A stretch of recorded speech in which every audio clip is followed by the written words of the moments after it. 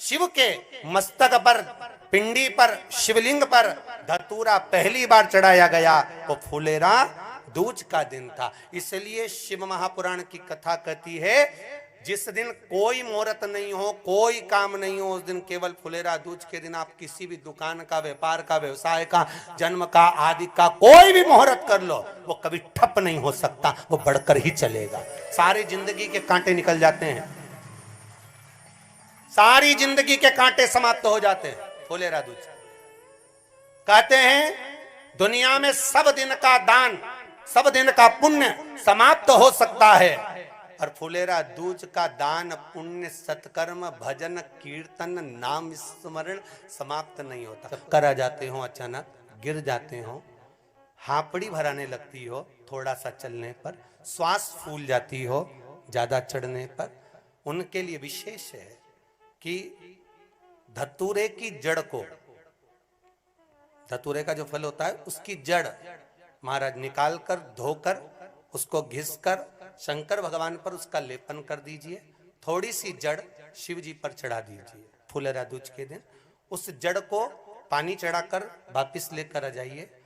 जो मिर्गी का मरीज होता है, जिसको दमे की शिकायत होती है, श्वास की होती है, चलने में हापड़ी भरा जाती हो, फुलेरा दूज के दिन दोपहर के समय पर उसको वो जड़ केवल 3 या 4 बार सुगंध में सुंगा दी जाती है, तो मिर्गी की बीमारी समाप्त हो जाती है, और जिसको दमा श्वास फूलता है उसको भी आराम लग जाता है। फुलेरा दूज के दिन उसके लिए नित्य आनंद का सुख दे जाती है। और भी ध्यान दें, जिसको बहुत भारी बीमारी हो, डॉक्टर कह रहे हैं कि ऑपरेशन की जरूरत है, ऑपरेशन कराना पड़ेगा, गांठ हो गई है, ये हो गया है, वो हो गया है, निवेदन है एक धतूरा फुलेरा दूज के दिन भगवान शंकर के शिवलिंग पर समर्पित करें, और 5 बेलपत्र नंदीश्वर भगवान पर अर्थात भगवान नंदी पर समर्पित करें। जीवन में कितनी बड़ी भी बीमारी होगी वो आगे नहीं बढ़ सकती, ऑपरेशन की जरूरत नहीं पड़ सकती, वो केवल फुलेरा दूज पर हो।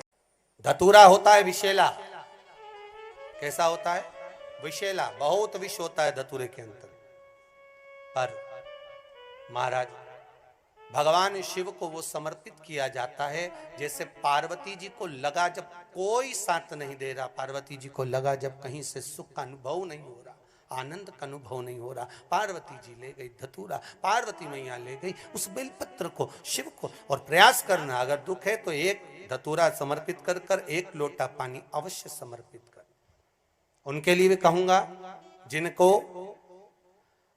शरीर में दाद हो जाती है, खाज हो जाती है, या खुजलियों का क्रम हो जाता है, उनके लिए भी महाराज धतूरे का पानी, धतूरा 1 लोटे में डाल दो, पानी रख दो उसमें, उसके अंदर थोड़ा सा चंदन डालकर वो पानी शिव जी को समर्पित कर दो।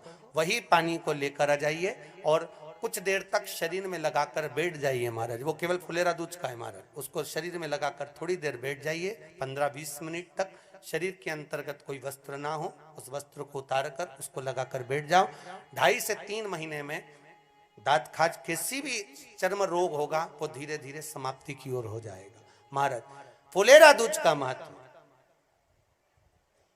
शास्त्र कहता है, भले इसको छुपा कर रखा गया हो शास्त्रों के अनुसार, पर इसकी महत्वता, जो दुकान, जो व्यापार, जो व्यवसाय, और पहले भी आपको कहा, मान लो आप शिवरात्रि के दिन रात को भगवान शंकर को धतूरा चढ़ाते हो व्यापार व्यवसाय के लिए, और वो धतूरा आप शिवरात्रि के दिन सुबह 4 बजे से पहले नहीं बांध सकते, तो उस धतूरे को फुलेरा दूज के दिन लाल वस्त्र में बांधकर अपने व्यापार वाली जगह पर बांध दो। जीवन में कभी व्यापार नीचे नहीं जाएगा, बढ़ता ही चला जाएगा। और उनके लिए भी निवेदन करूंगा जिनके यहाँ कर्जा बहुत है, बहुत कर्जा है, चूक ही नहीं रहा, पैसा ही नहीं रहा, व्यापार चले तो कर्जा चूके, उनके लिए भी निवेदन करूंगा, एक धतूरा बेलपत्री के पेड़ के नीचे शिवलिंग का निर्माण कर कर फुलेरा दूज के दिन उस धतूरे को अपनी कामना कर कर हल्दी में भिंगोकर उसको भगवान शंकर को समर्पित कर दीजिए अपनी कामना कर कर। उसी हल्दी की 1 बिंदी अपने साथ में रुमाल में लगाकर अपने व्यापार व्यवसाय की जगह पर लेकर जाइए। कर्जा धीरे धीरे धीरे धीरे जब चूकेगा, जब लक्ष्मी आएगी तो लक्ष्मी की वृद्धि भी वो करता। महाराज ये फुलेरा दूज के उपाय।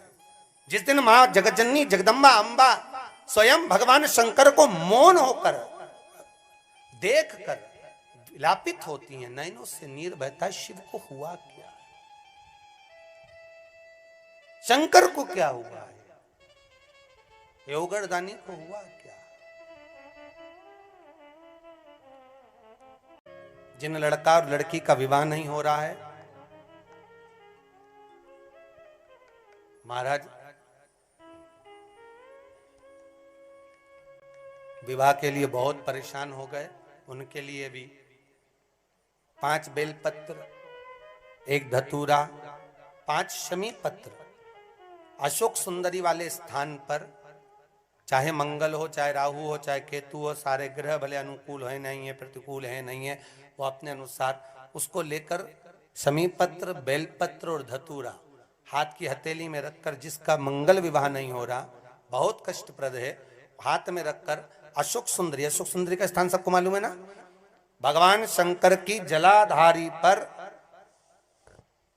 शिवलिंग, पार्वती जी का हस्त कमल, जहां से चरण जल नीचे जाता है, राइट भाग गणेश जी का स्थान, लेफ्ट भाग कार्तिकेय का स्थान, जलाशय में से, जलाधारी में से जो जल नीचे गिरता है बूंद बूंद, वो शंकर भगवान की 5 लड़कियां, जया, विषहरा, शामरीवारी, दोतली और देव, शंकर जी की 1 लड़की और अशोक सुंदरी 6ठे नंबर की, उसका स्थान, इन पानी जो जाता है उसके बीच में जो मोटी सी लाइन होती है, उस मोटी सी लाइन पर जो स्थान है वो अशोक सुंदरी का स्थान है। किसका स्थान है? अशोक सुंदरी।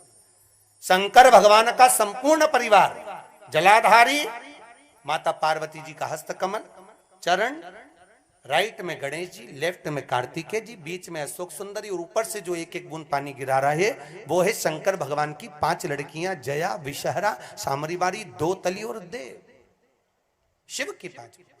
तो जिनका विवाह नहीं हो रहा, अशोक सुंदरी वाली जगह पर हाथ में लेकर वो धतूरे के साथ शमी पत्र, बेलपत्र समर्पित करें और बाबा से निवेदन करें, बाबा आपकी कामना पूर्ण, फुलेरा दूज करें।